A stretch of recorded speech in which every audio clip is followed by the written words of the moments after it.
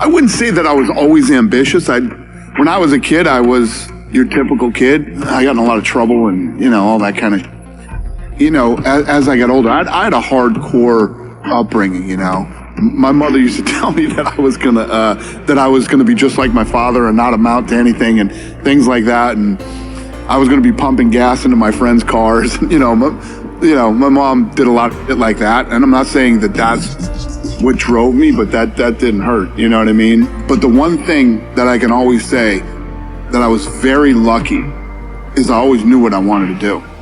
I think if you look at most people right now, like if you went to any college campus anywhere in the world and asked these kids, what's your major and what do you want to do for the rest of your life? They'd be like, well, I'm taking political science, but I think I'm going to switch to this and that. They don't know. They're going to college because they were told that if they didn't go to college, they'd never get a good job, they'd never get this, they'd never get that. So these kids come out of college with an education that most of them don't use. If you know what you want to do, you wake up every day and you work toward that goal.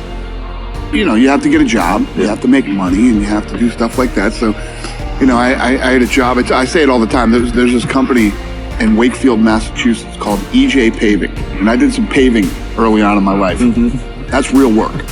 That's a real fucking job. Like I was like 17, 18 years old. I felt like I had one foot in the grave working that job. Sure. And I knew I didn't want to do that for the rest of my life. You find out what hard work really is. Then I worked in the hotel business and, I had a couple of jobs. The one thing that I realized young is I didn't want to work for anybody else. I wanted to work for myself. So I knew that you have to become an entrepreneur and you have to start your own business. Yeah. And I knew I wanted to be in the fight business. I didn't care what aspect of it was. And I also knew that I was young enough that if things didn't work out, I could always go back and pave roads and be a bellman at a hotel and things like that. That job was always going to be available. Yeah.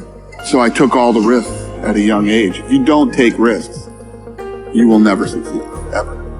But I've spent my whole life learning about focusing on the fight business. And I always thought that I know what fans want. I know what fans want to see. Yeah. I know the fights that need to be made.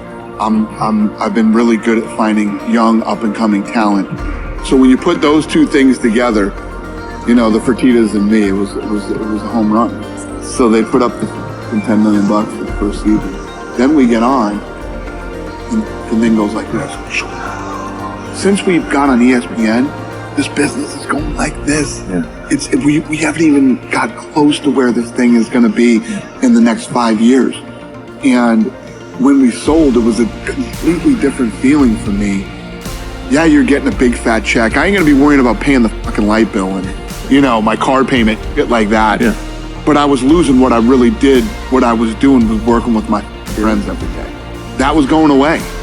But I think the reality is that I love it so much, I can't imagine not doing it. I think I would be a miserable human being if I wasn't doing it.